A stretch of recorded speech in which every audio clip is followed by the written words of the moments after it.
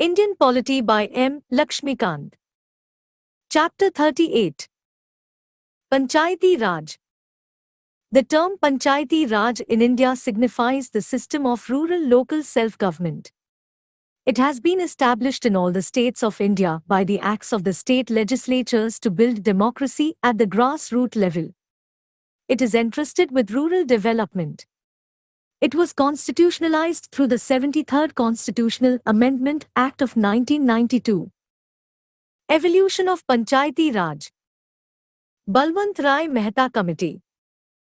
In January 1957, the Government of India appointed a committee to examine the working of the Community Development Programme, 1952, and the National Extension Service, 1953, and to suggest measures for their better working.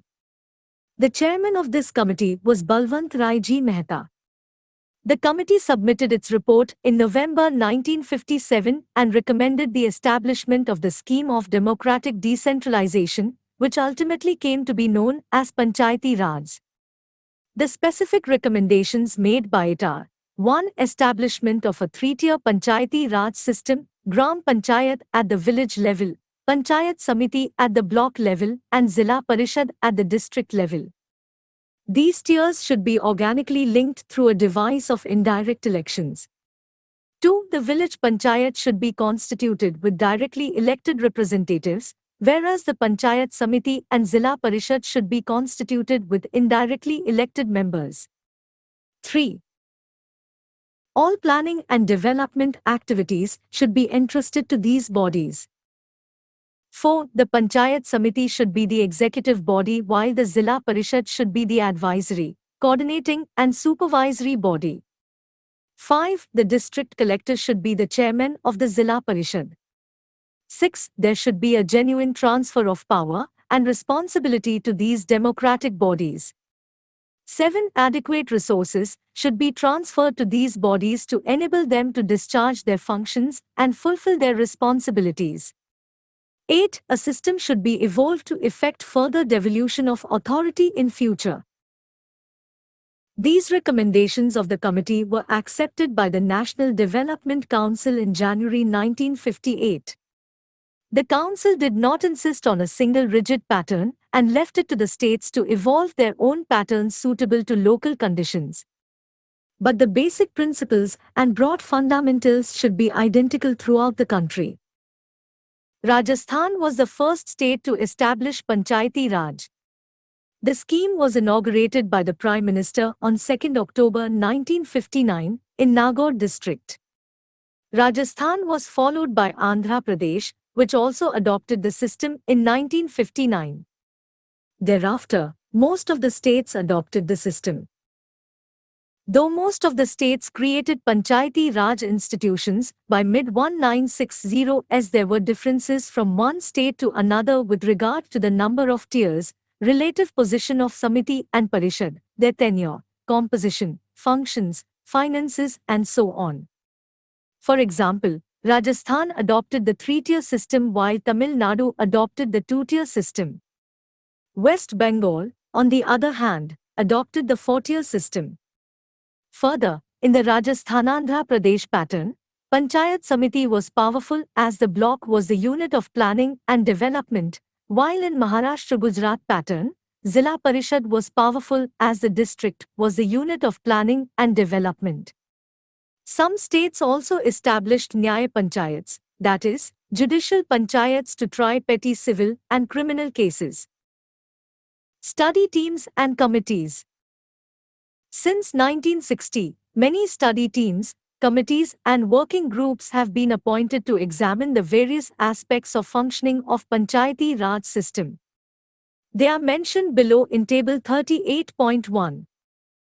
Table 38.1 Study teams and committees on Panchayati Raj.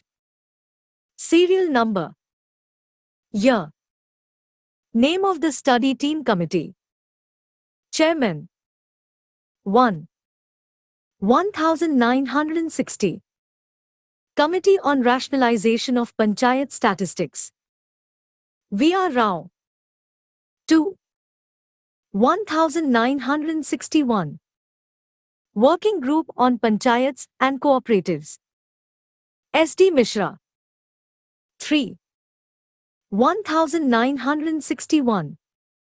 Study Team on Panchayati Raj Administration. V. Ishwaran. 4. 1962. Study Team on Nyaya Panchayats. G. R. Rajgopal. 5. 1963. Study Team on the Position of Gram Sabha in Panchayati Raj Movement. R. R. Divakar. 6. 1963. Study Group on Budgeting and Accounting Procedure of Panchayati Raj Institutions. M. Rama Krishnaya. 7. 1963. Study Team on Panchayati Raj Finances. K. Santhanam. 8. 1965. Committee on Panchayati Raj Elections. K. Santhanam. 9. 1965. Study Team on the Audit and Accounts of Panchayati Raj Bodies. R. K. Khanna. 10. 1966. Committee on Panchayati Raj Training Centers. G. Ramchandran. 11. 1969.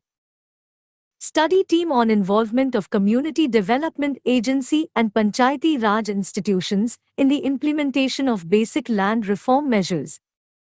V. Ramanathan. 12. 1972.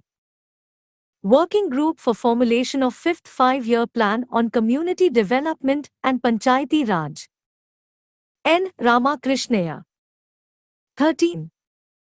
1976. Committee on Community Development and Panchayati Raj. SMT Daya Chaube. Ashok Mehta Committee.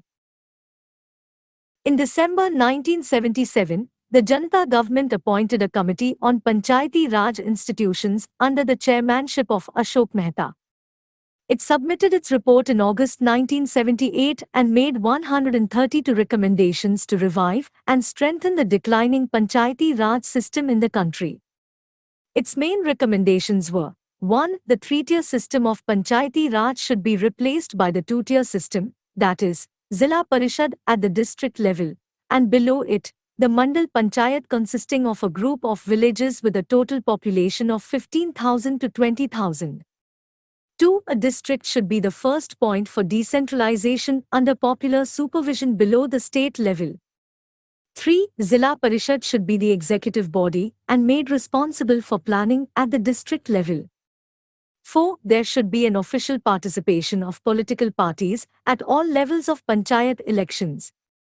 5. The Panchayati Raj institutions should have compulsory powers of taxation to mobilize their own financial resources. 6. There should be a regular social audit by a district-level agency and by a committee of legislators to check whether the funds allotted for the vulnerable social and economic groups are actually spent on them. 7. The state government should not supersede the Panchayati Raj institutions. In case of an imperative supersession, elections should be held within 6 months from the date of supersession.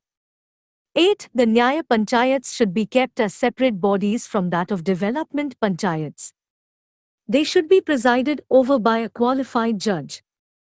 9. The Chief Electoral Officer of a state in consultation with the Chief Election Commissioner should organize and conduct the Panchayati Raj elections. 10. Development functions should be transferred to the Zilla Parishad and all development staff should work under its control and supervision. 11. The voluntary agencies should play an important role in mobilizing the support of the people for Panchayati Raj. 12. A Minister for Panchayati Raj should be appointed in the State Council of Ministers to look after the affairs of the Panchayati Raj institutions. 13. Seats for SCs and STs should be reserved on the basis of their population. 14. a constitutional recognition should be accorded to the Panchayati Raj institutions.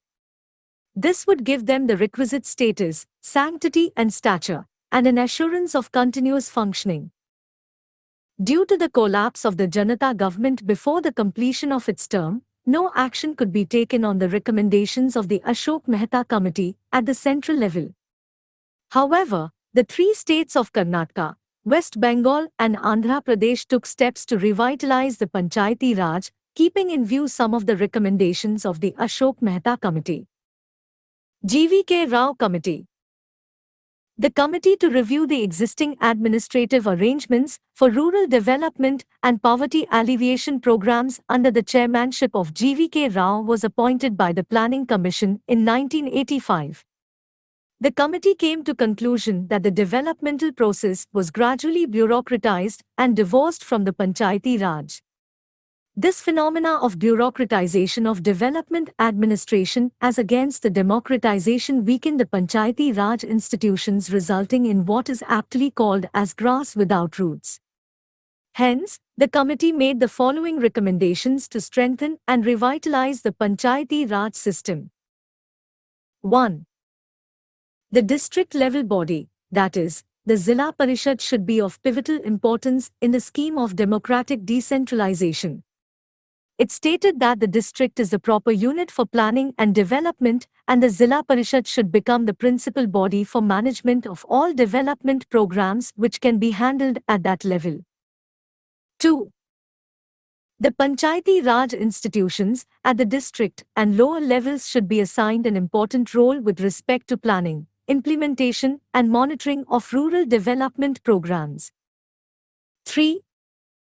Some of the planning functions at the state level should be transferred to the district-level planning units for effective decentralized district planning. 4. A post of District Development Commissioner should be created. He should act as the Chief Executive Officer of the Zilla Parishad and should be in charge of all the development departments at the district level. 5. Elections to the Panchayati Raj institutions should be held regularly. It found that elections became overdue for one or more years in 11 states. Thus the committee, in its scheme of decentralized system of field administration, assigned a leading role to the Panchayati Raj in local planning and development. It is in this respect that the recommendation of the GVK Rao Committee Report, 1986, differed from those of the Dantewala Committee Report on Block-Level Planning, 1978, and the Hanumanta Rao Committee Report on District Planning, 1984. Both the committees have suggested that the basic decentralized planning function should be done at the district level. The Hanumanta Rao Committee advocated separate district planning bodies under either the district collector or a minister. In both the models, the collector should play a significant role in the decentralized planning, though the committee stated that Panchayati Raj institutions would also be associated with this process of decentralized planning. The committee recommended that the collector should be the coordinator, at the district level, of all developmental and planning activities. Thus the Hanumanta Rao Committee differed in this respect from those of Balwant Mehta Committee, the Administrative Reforms Commission of India, the Ashok Mehta Committee, and finally the GVK Rao Committee, which recommended reduction in the developmental role of the district collector and which assigned a major role to the Panchayati Raj in development administration. L.M. Singhvi Committee. In 1986, Rajiv Gandhi government appointed a committee to prepare a concept paper on revitalization of Panchayati Raj institutions for democracy and development under the chairmanship of L.M. Singhvi. It made the following recommendations. 1. The Panchayati Raj institutions should be constitutionally recognized, protected and preserved. For this purpose, a new chapter should be added in the Constitution of India. This will make their identity and integrity reasonably and substantially inviolate. It also suggested constitutional provisions to ensure regular, free and fair elections to the Panchayati Raj bodies. 2. Nyaya Panchayats should be established for a cluster of villages. 3.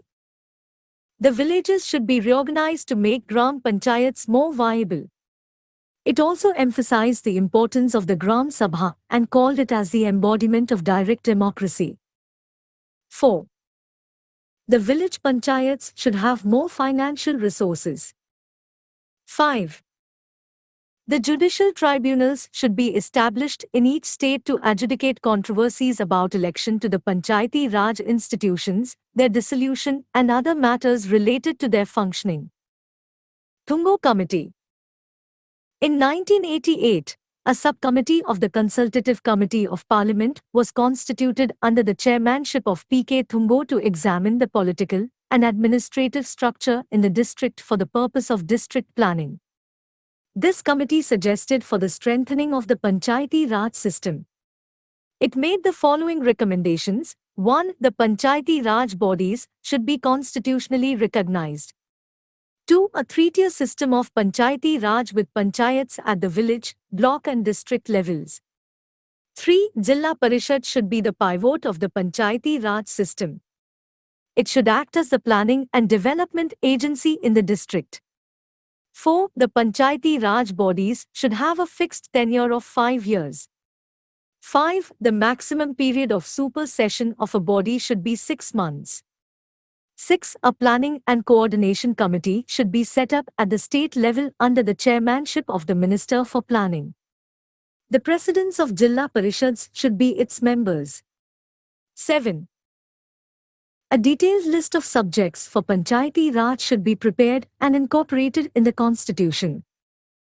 8. Reservation of seats in all the 3 tiers should be on the basis of population. There should also be reservation for women. 9. A State Finance Commission should be set up in each state. It would lay down the criteria and guidelines for the devolution of finances to the Panchayati Raj institutions. 10. The district collector should be the chief executive officer of the Zilla Parishad. Gadgil Committee. The Committee on Policy and Programs was constituted in 1988 by the Congress Party under the chairmanship of V.N. Gadgil. This committee was asked to consider the question of how best Panchayati Raj institutions could be made effective. In this context, the committee made the following recommendations. 1. A constitutional status should be bestowed on the Panchayati Raj institutions. 2. A three-tier system of Panchayati Raj with panchayats at the village, block and district levels.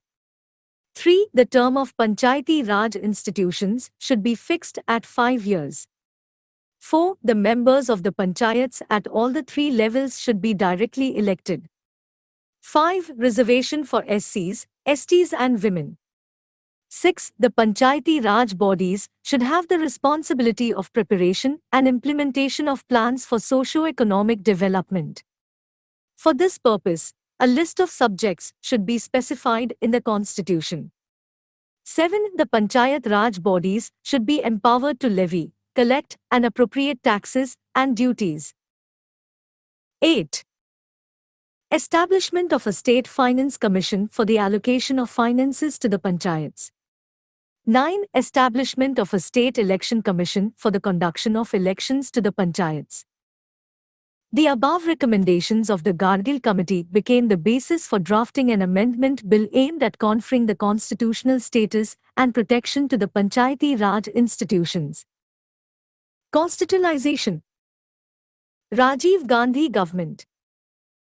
The Rajiv Gandhi government introduced the 64th Constitutional Amendment Bill in the Lok Sabha in July 1989 to constitutionalize Panchayati Raj institutions and make them more powerful and broad-based. Although the Lok Sabha passed the bill in August 1989, it was not approved by the Rajya Sabha. The bill was vehemently opposed by the opposition on the ground that it sought to strengthen centralization in the federal system. V.P. Singh government.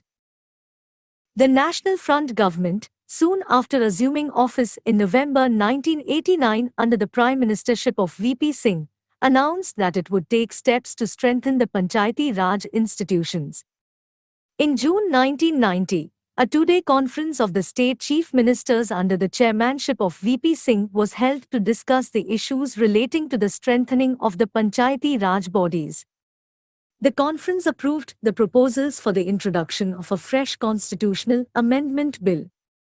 Consequently, a constitutional amendment bill was introduced in the Lok Sabha in September 1990. However, the fall of the government resulted in the lapse of the bill. Narasimha Rao government. The Congress government under the Prime Ministership of P.V. Narasimha Rao once again considered the matter of the constitutionalization of Panchayati Raj bodies. It drastically modified the proposals in this regard to delete the controversial aspects and introduced a constitutional amendment bill in the Lok Sabha in September 1991. This bill finally emerged as the 73rd Constitutional Amendment Act, 1992 and came into force on 24 April 1993. 73rd Amendment Act of 1992. Significance of the Act. This Act has added a new Part 9 to the Constitution of India. This part is entitled as the Panchayats and consists of provisions from Articles 243 to 243(o). In addition, the Act has also added a new 11th schedule to the Constitution. This schedule contains 29 functional items of the Panchayats. It deals with Article 243-G. The Act has given a practical shape to Article 40 of the Constitution, which says that the state shall take steps to organize village panchayats and endow them with such powers and authority as may be necessary to enable them to function as units of self-government. This article forms a part of the directive principles of state policy. The Act gives a constitutional status to the Panchayati Raj institutions. It has brought them under the purview of the justiciable part of the Constitution. In other words, the state governments are under constitutional obligation to adopt the new Panchayati Raj system in accordance with the provisions of the Act. Consequently, neither the formation of panchayats nor the holding of elections at regular intervals depend on the will of the state government anymore. The provisions of the Act can be grouped into two categories: compulsory and voluntary. The compulsory, mandatory or obligatory provisions of the Act have to be included in the state laws creating the new Panchayati Raj system. The voluntary provisions, on the other hand, may be included at the discretion of the states. Thus, the voluntary provisions of the Act ensures the right of the states to take local factors like geographical, politico-administrative, and others into consideration while adopting the new Panchayati Raj system. The Act is a significant landmark in the evolution of grassroots democratic institutions in the country. It transfers the representative democracy into participatory democracy. It is a revolutionary concept to build democracy at the grassroots level in the country. Salient features. The salient features of the Act are: Gram Sabha. The Act provides for a Gram Sabha as the foundation of the Panchayati Raj system. It is a body consisting of persons registered in the electoral rolls of a village comprised within the area of Panchayat at the village level. Thus, it is a village assembly consisting of all the registered voters in the area of a Panchayat. It may exercise such powers and perform such functions at the village level as the legislature of a state determines. Three-tier system. The Act provides for a three-tier system of Panchayati Raj in every state, that is, Panchayats at the village, intermediate, and district levels. Thus, the Act brings about uniformity in the structure of Panchayati Raj throughout the country. However, a state having a population not exceeding 20 lakh may not constitute panchayats at the intermediate level. Election of members and chairpersons. All the members of panchayats at the village, intermediate and district levels shall be elected directly by the people. Further, the chairperson of panchayats at the intermediate and district levels shall be elected indirectly by and from amongst the elected members thereof. However, the chairperson of a panchayat at the village level shall be elected in such manner as the state legislature determines. The chairperson of a panchayat and other members of a panchayat elected directly or indirectly shall have the right to vote in the meetings of the panchayats. Reservation of seats. The Act provides for the reservation of seats for scheduled castes and scheduled tribes in every panchayat, at all the three levels, in proportion of their population to the total population in the panchayat area. Further, the state legislature shall provide for the reservation of offices of chairperson in the panchayat at the village or any other level for the SCs and STs. The Act provides for the reservation of not less than one-third of the total number of seats for women, including the number of seats reserved for women belonging the SCs and STs. Further, not less than one-third of the total number of offices of chairpersons in the panchayats at each level shall be reserved for women. The Act also authorizes the legislature of a state to make any provision for reservation of seats in any panchayat or offices of chairperson in the panchayat at any level in favor of backward classes. The reservation of seats as well as the reservation of offices of chairpersons in the panchayats for the scheduled castes and scheduled tribes shall cease to have effect after the expiration of the period specified in Article 334, which is presently 70 years, that is, till 2020. It must be noted here that the above provision relating to the reservation of seats in panchayats, both members and chairpersons, for the scheduled castes is not applicable to the state of Arunachal Pradesh. This is because the state is inhabited fully by indigenous tribal people and there are no scheduled castes. This provision was added later by the 83rd Constitutional Amendment Act of 2000. Duration of panchayats. The Act provides for a 5-year term of office to the panchayat at every level. However, it can be dissolved before the completion of its term. Further, fresh elections to constitute a panchayat shall be completed, a. before the expiry of its duration of 5 years, or b. in case of dissolution, before the expiry of a period of 6 months from the date of its dissolution. But, where the remainder of the period, for which the dissolved panchayat would have continued, is less than 6 months, it shall not be necessary to hold any election for constituting the new panchayat for such period. Moreover, a panchayat constituted upon the dissolution of a panchayat before the expiration of its duration shall continue only for the remainder of the period for which the dissolved panchayat would have continued had it not been so dissolved.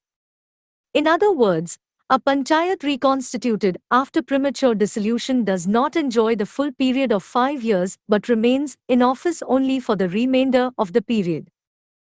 Disqualifications. A person shall be disqualified for being chosen as or for being a member of panchayat if he is so disqualified, a. under any law for the time being in force for the purpose of elections to the legislature of the state concerned, or b. under any law made by the state legislature. However, no person shall be disqualified on the ground that he is less than 25 years of age if he has attained the age of 21 years. Further, all questions of disqualifications shall be referred to such authority as the state legislature determines. State Election Commission. The superintendence, direction and control of the preparation of electoral rolls and the conduct of all elections to the panchayats shall be vested in the State Election Commission. It consists of a State Election Commissioner to be appointed by the Governor. His conditions of service and tenure of office shall also be determined by the Governor. He shall not be removed from the office except in the manner and on the grounds prescribed for the removal of a judge of the State High Court. His conditions of service shall not be varied to his disadvantage after his appointment. The state legislature may make provision with respect to all matters relating to elections to the panchayats. Powers and functions.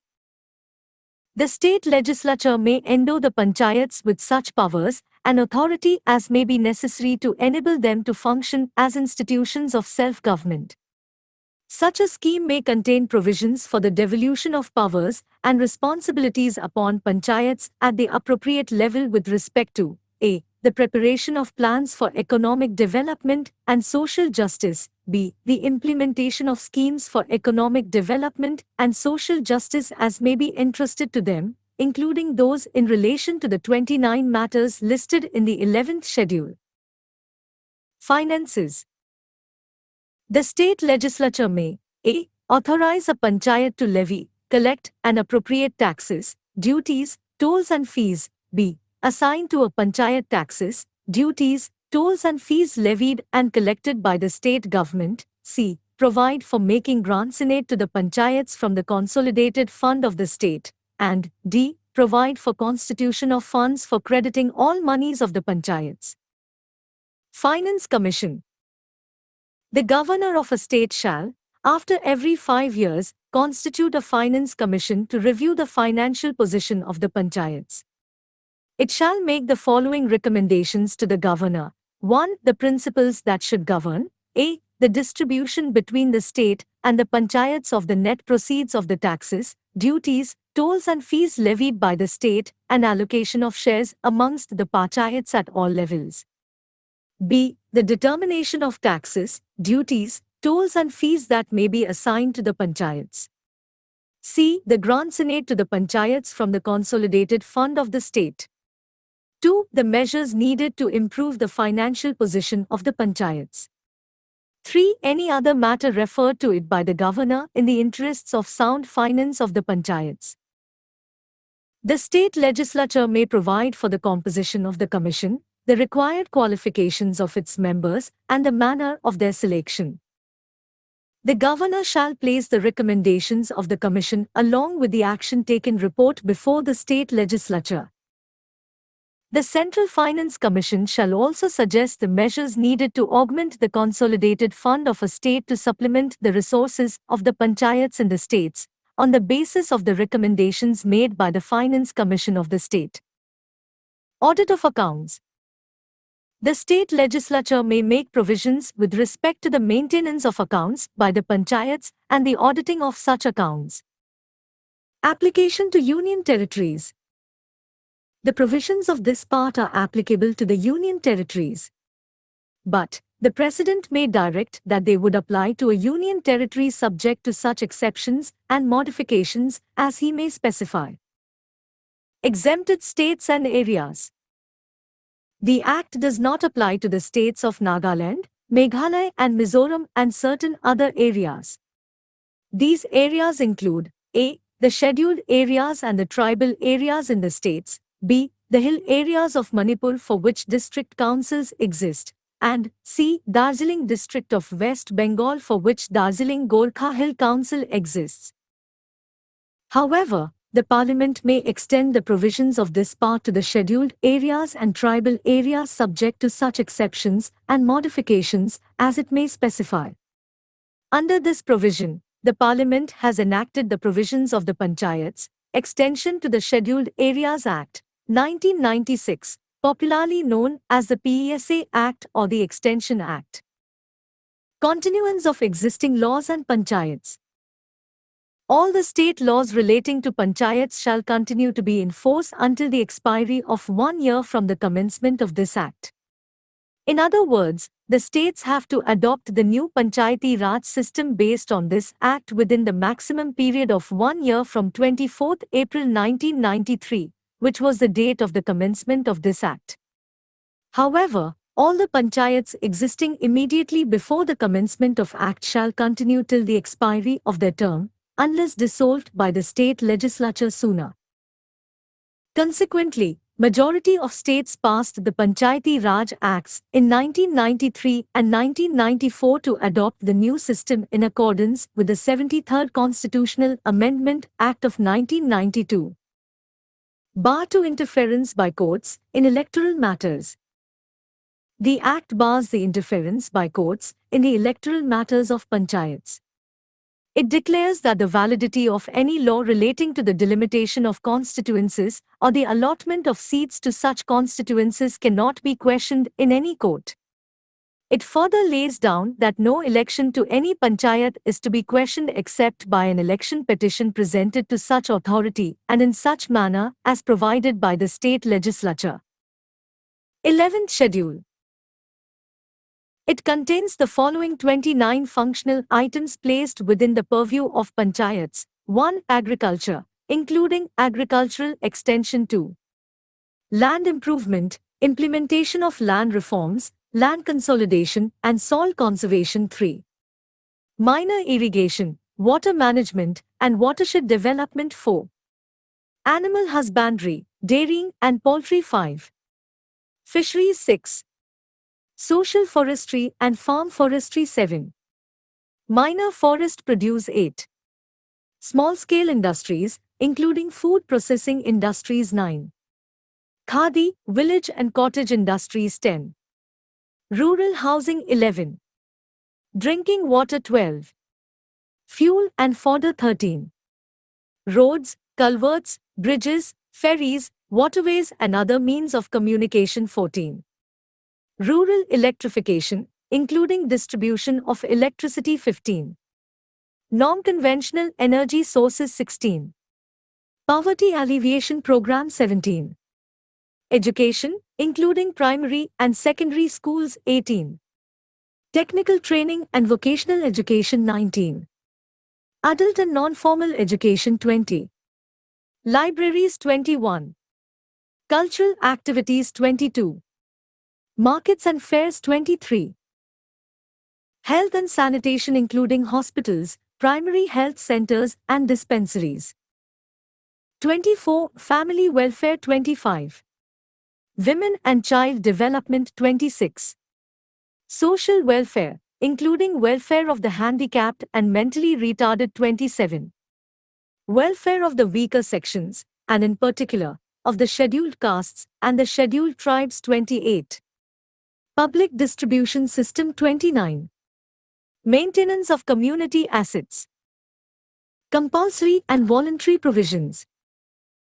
Now, we will identify separately the compulsory, obligatory or mandatory, and voluntary, discretionary or optional, provisions, features, of the 73rd Constitutional Amendment Act, 1992, or the Part 9 of the Constitution.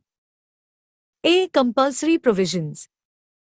1. Organization of Gram Sabha in a village or group of villages. 2. Establishment of panchayats at the village, intermediate and district levels. 3. Direct elections to all seats in panchayats at the village, intermediate and district levels. 4. Indirect elections to the post of chairperson of panchayats at the intermediate and district levels. 5. Voting rights of the chairperson and other members of a panchayat elected directly or indirectly. 6.21 years to be the minimum age for contesting elections to panchayats. 7. Reservation of seats, both members and chairpersons, for SCs and STs in panchayats at all the 3 levels. 8. Reservation of 1/3 seats, both members and chairpersons, for women in panchayats at all the 3 levels. 9. Fixing tenure of 5 years for panchayats at all levels and holding fresh elections within 6 months in the event of supersession of any panchayat. 10. Establishment of a state election commission for conducting elections to the panchayats. 11. Constitution of a state finance commission after every 5 years to review the financial position of the panchayats. B. Voluntary provisions. 1. Endowing the Gram Sabha with powers and functions at the village level. 2. Determining the manner of election of the chairperson of the village panchayat. 3. Giving representation to the chairpersons of the village panchayats in the intermediate panchayats or in the case of a state not having intermediate panchayats, in the district panchayats. 4. Giving representation to the chairpersons of the intermediate panchayats in the district panchayats. 5. Giving representation to members of the parliament, both the houses, and the state legislature, both the houses, in the panchayats at different levels falling within their constituencies. 6. Providing reservation of seats, both members and chairpersons, for backward classes in panchayats at any level. 7. Granting powers and authority to the panchayats to enable them to function as institutions of self-government, in brief, making them autonomous bodies. 8. Devolution of powers and responsibilities upon panchayats to prepare plans for economic development and social justice, and to perform some or all of the 29 functions listed in the 11th schedule of the Constitution. 9. Granting financial powers to the panchayats, that is, authorizing them to levy, collect, and appropriate taxes, duties, tolls, and fees. 10. Assigning to a panchayat the taxes, duties, tolls, and fees levied and collected by the state government. 11. Making the grantinate to the panchayats from the consolidated fund of the state. 12. Providing for constitution of funds for crediting all monies of the panchayats. PESA Act of 1996, Extension Act. The provisions of Part 9 of the Constitution relating to the panchayats are not applicable to the 5th Schedule areas. However, the Parliament may extend these provisions to such areas, subject to such exceptions and modifications as it may specify. Under this provision, the Parliament has enacted the provisions of the Panchayats, Extension to the Scheduled Areas, Act, 1996, popularly known as the PESA Act or the Extension Act. At present, 2019, 10 states have 5th Schedule areas. These are Andhra Pradesh, Telangana, Chhattisgarh, Gujarat, Himachal Pradesh, Jharkhand, Madhya Pradesh, Maharashtra, Odisha and Rajasthan. All the 10 states have enacted requisite compliance legislations by amending the respective Panchayati Raj Acts. Objectives of the Act. The objectives of the PESA Act are as follows. 1. To extend the provisions of Part 9 of the Constitution relating to the panchayats to the scheduled areas with certain modifications. 2. To provide self-rule for the bulk of the tribal population. 3. To have village governance with participatory democracy and to make the Gram Sabha a nucleus of all activities. 4. To evolve a suitable administrative framework consistent with traditional practices. 5. To safeguard and to preserve the traditions and customs of tribal communities. 6. To empower panchayats at the appropriate levels with specific powers conducive to tribal requirements. 7. To prevent panchayats at the higher level from assuming the powers and authority of panchayats at the lower level of the Gram Sabha. Features of the Act. The features, or the provisions, of the PESA Act are as follows. 1. A state legislation on the panchayats in the scheduled areas shall be in consonance with the customary law, social and religious practices, and traditional management practices of community resources. 2. A village shall ordinarily consist of a habitation or a group of habitations or a hamlet or a group of hamlets comprising a community and managing its affairs in accordance with traditions and customs. 3. Every village shall have a Gram Sabha consisting of persons whose names are included in the electoral rolls for the panchayat at the village level. 4. Every Gram Sabha shall be competent to safeguard and preserve the traditions and customs of the people, their cultural identity, community resources, and the customary mode of dispute resolution. 5. Every Gram Sabha shall 1. Approve of the plans, programs and projects for social and economic development before they are taken up for implementation by the panchayat at the village level, and 2. Be responsible for the identification of beneficiaries under the poverty alleviation and other programs. Every panchayat at the village level shall be required to obtain from the Gram Sabha a certification of utilization of funds for the above plans, programs, and projects. 7. The reservation of seats in the scheduled areas in every panchayat shall be in proportion to the population of the communities for whom reservation is sought to be given under Part 9 of the Constitution. However, the reservation for the scheduled tribes shall not be less than 1/2 of the total number of seats. Further, all seats of chairpersons of panchayats at all levels shall be reserved for the scheduled tribes. 8. The state government may nominate such scheduled tribes which have no representation in the panchayat at the intermediate level or the panchayat at the district level. But such nomination shall not exceed 1/10 of the total members to be elected in that panchayat. 9. The Gram Sabha or the panchayats at the appropriate level shall be consulted before making the acquisition of land in the scheduled areas for development projects, and before resettling or rehabilitating persons affected by such projects in the scheduled areas. However, the actual planning and implementation of the projects in the scheduled areas shall be coordinated at the state level. 10. Planning and management of minor water bodies in the scheduled areas shall be entrusted to panchayats at the appropriate level. 11. The recommendations of the Gram Sabha or the panchayats at the appropriate level shall be mandatory for grant of prospecting license or mining lease for minor minerals in the scheduled areas. 12. The prior recommendation of the Gram Sabha or the panchayats at the appropriate level shall be mandatory for grant of concession for the exploitation of minor minerals by auction. 13. While endowing panchayats in the scheduled areas with such powers and authority as may be necessary to enable them to function as institutions of self-government, a state legislature shall ensure that the panchayats at the appropriate level and the Gram Sabha are endowed specifically with 1. The power to enforce prohibition or to regulate or restrict the sale and consumption of any intoxicant. 2. The ownership of minor forest produce.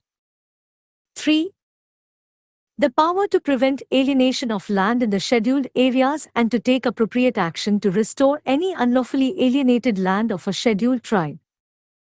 4. The power to manage village markets. 5.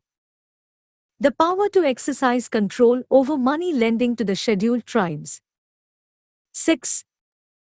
The power to exercise control over institutions and functionaries in all social sectors. 7. The power to control local plans and resources for such plans including tribal subplans. The state legislations shall contain safeguards to ensure that panchayats at the higher level do not assume the powers and authority of any panchayat at the lower level or of the Gram Sabha. 15. The state legislature shall endeavour to follow the pattern of the 6th schedule to the Constitution while designing the administrative arrangements in the panchayats at district levels in the scheduled areas. 16. Any provision of any law relating to panchayats in the scheduled areas, which is inconsistent with the provisions of this Act shall cease to be in force at the expiry of 1 year from the date on which this Act receives the assent of the President. However, all the panchayats existing immediately before such date shall continue till the expiry of their term, unless dissolved by the state legislature sooner. Finances of Panchayati Raj. The Second Administrative Reforms Commission of India, 2005 to 2009, has summarized the sources of revenue of the Panchayati Raj institutions, PRIs, and their financial problems in the following via 1. A major portion of Part 9 of the Constitution deals with structural empowerment of the PRIs, but the real strength in terms of both autonomy and efficiency of these institutions is dependent on their financial position, including their capacity to generate own resources. In general, panchayats in our country receive funds in the following ways. 1. Grants from the Union Government based on the recommendations of the Central Finance Commission as per Article 280 of the Constitution. 2.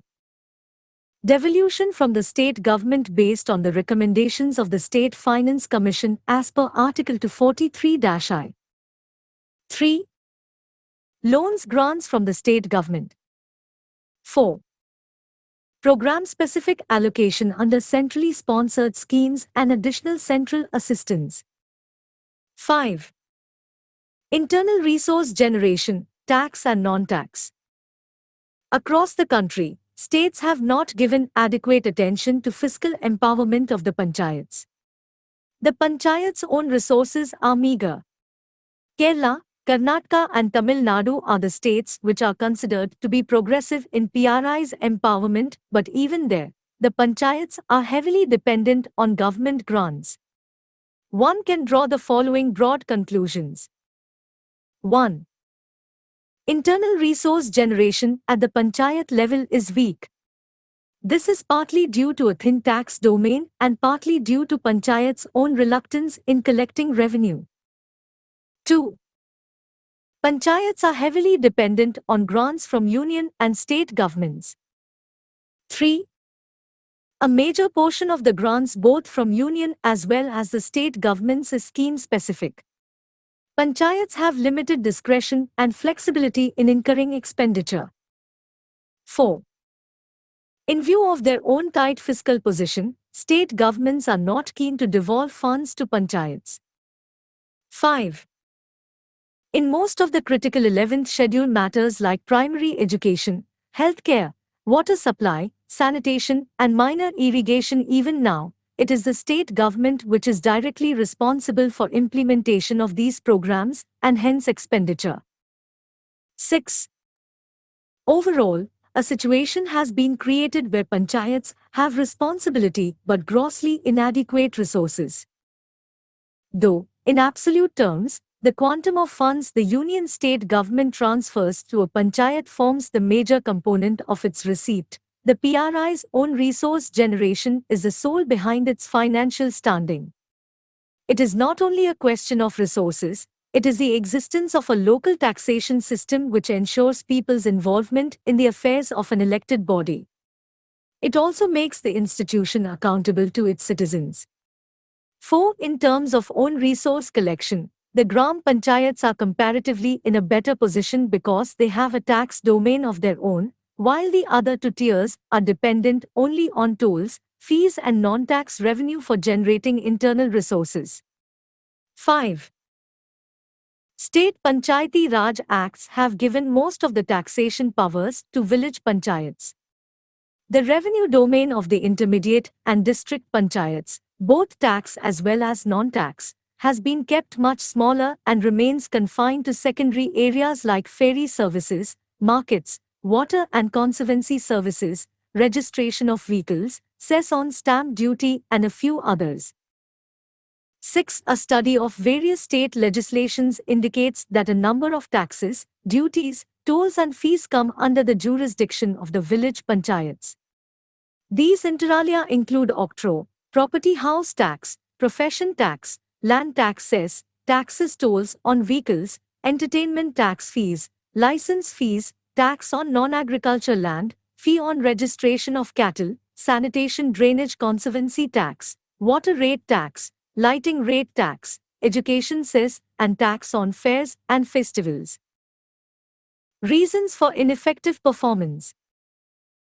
Even after conferring the constitutional status and protection through the 73rd Amendment Act, 1992, the performance of the Panchayati Raj institutions, PRIs, has not been satisfactory and not up to the expected level. The various reasons for this suboptimal performance are as follows. 1. Lack of adequate devolution. Many states have not taken adequate steps to devolve 3 Fs, i.e. functions, funds and functionaries, to the PRIs to enable them to discharge their constitutionally stipulated function. Further, it is imperative that the PRIs have resources to match the responsibilities entrusted to them. While SFCs, State Finance Commissions, have submitted their recommendations, not many few states have implemented these or taken steps to ensure the fiscal viability of the PRIs. 2. Excessive control by bureaucracy. In some states, the Gram Panchayats have been placed in a position of subordination. Hence, the Gram Panchayat Sarpanches have to spend extraordinary amount of time visiting block offices for funds and/or technical approval. These interactions with the block staff office distort the role of Sarpanches as elected representatives. 3. Tied nature of funds. This has two implications. The activities stated under a certain scheme are not always appropriate for all parts of the district.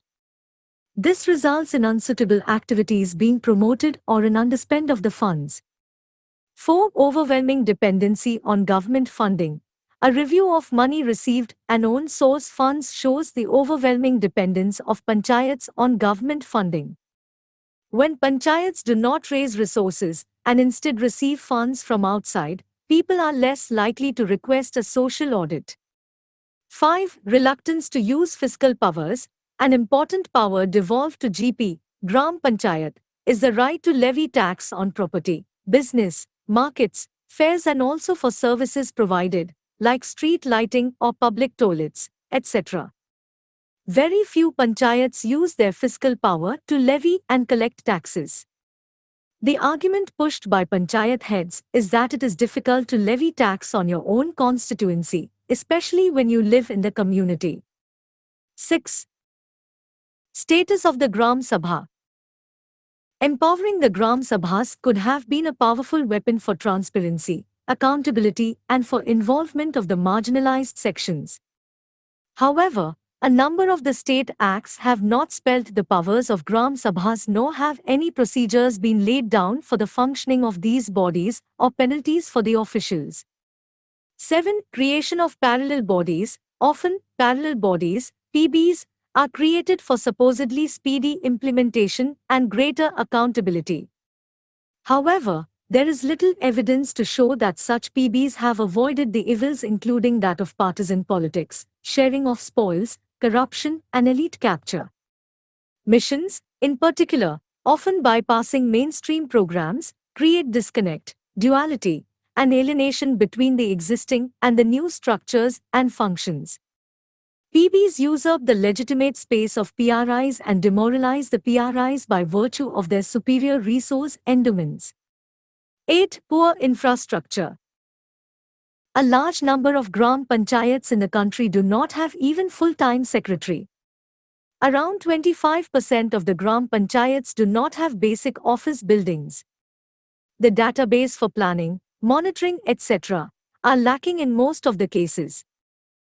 A large number of elected representatives of PRIs are semi-literate or literate and know little about their roles and responsibilities, programs, procedures, systems. Often for want of good, relevant and periodic training, they are not able to perform their functions properly. Although all the district and intermediate panchayats are connected with computers, only around 20% Gram Panchayats reported to be having computing facility. In some states, village panchayats do not have any computing facility. Table 38.2 Articles related to panchayats at a glance.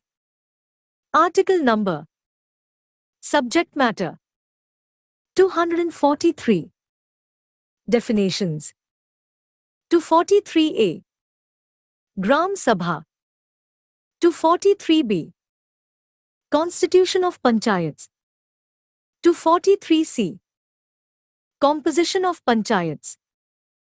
243D. Reservation of seats. 243E. Duration of Panchayats, and so on. 243F. Disqualifications for membership. 243G. Powers, authority and responsibilities of Panchayats. 243H. Powers to impose taxes by, and funds of, the Panchayats. Constitution of Finance Commission to review financial position.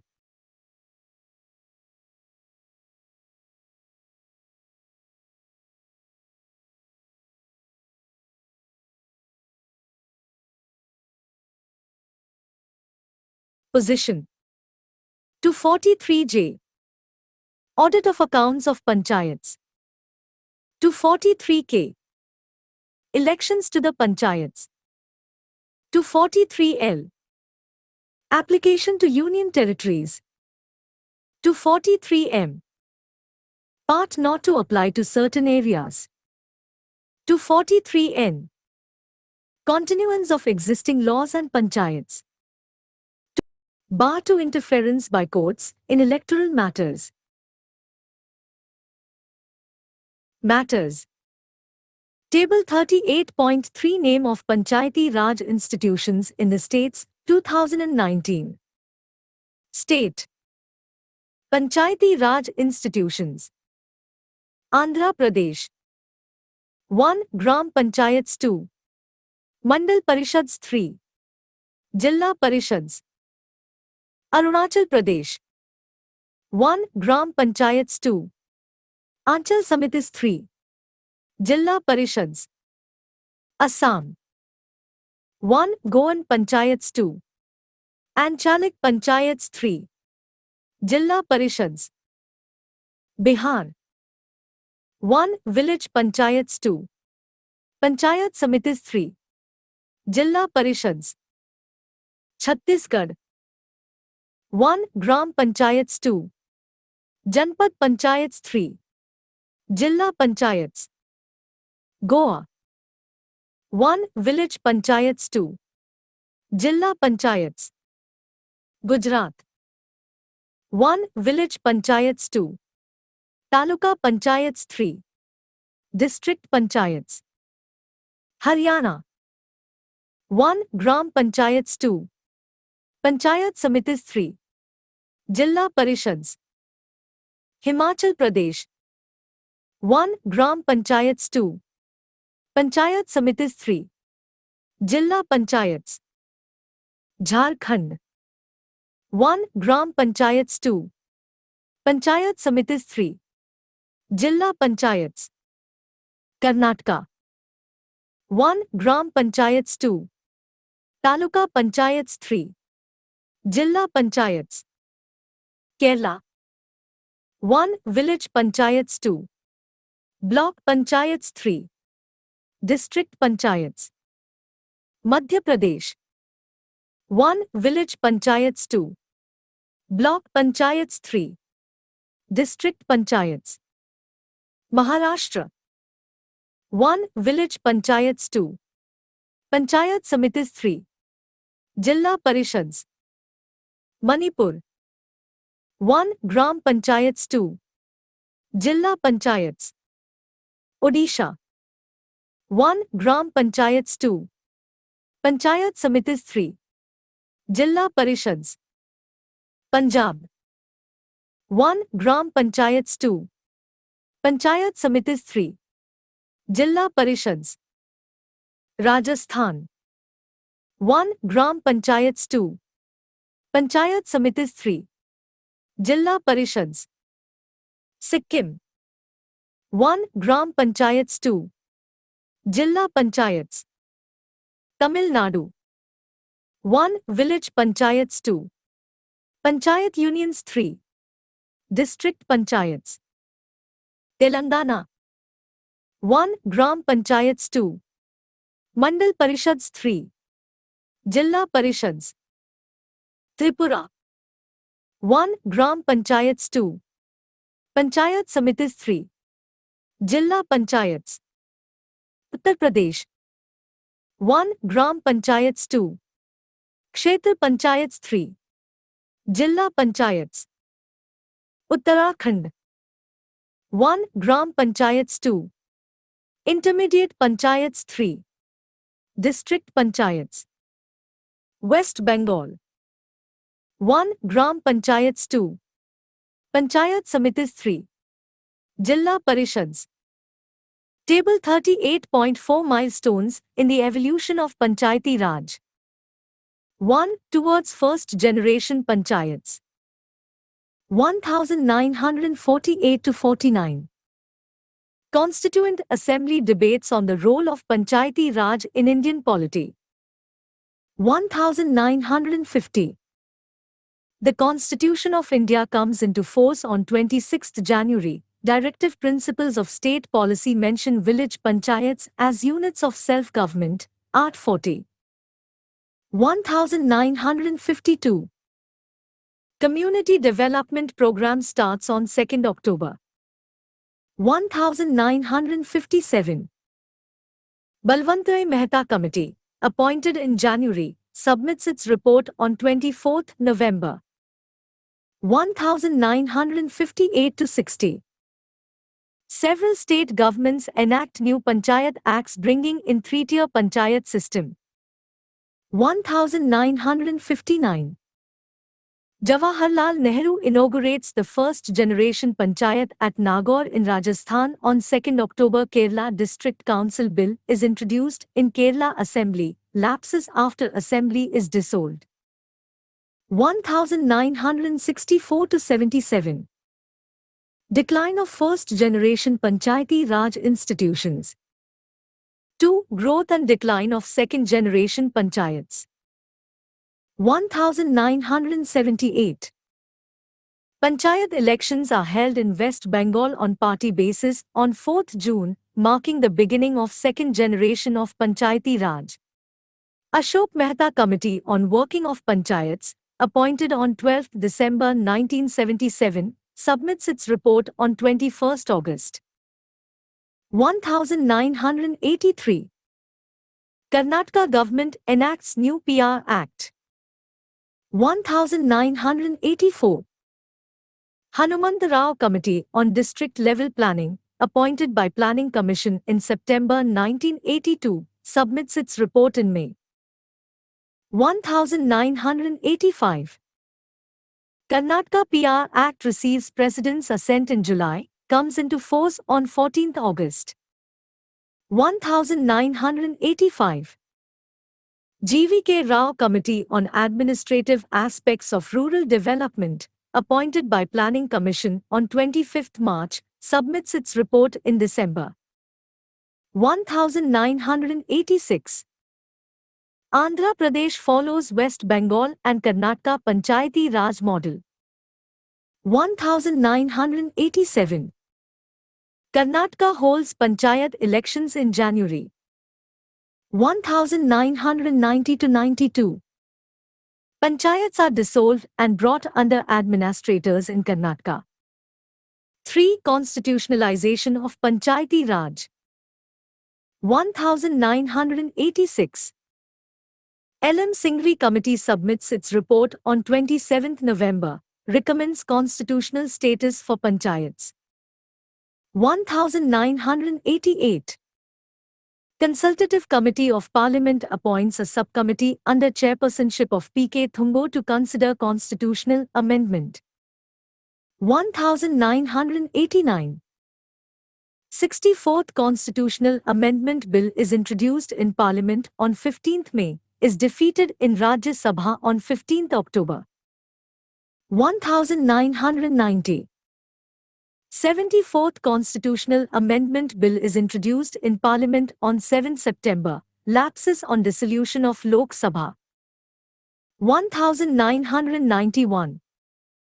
72nd Panchayats and 73rd Municipalities Amendment Bills are introduced in Parliament, referred to the Parliament's Joint Select Committee in September. 1992. Lok Sabha passes both the bills on 22 December. Rajya Sabha passes them on 23 December. 1993. 73rd Amendment Act 1992 comes into force on 24 April. 74th Amendment Act 1992 comes into force on 1 June. 1993-94. All state governments pass conformity acts between 30th May 1993 and 23rd April 1994. 1994.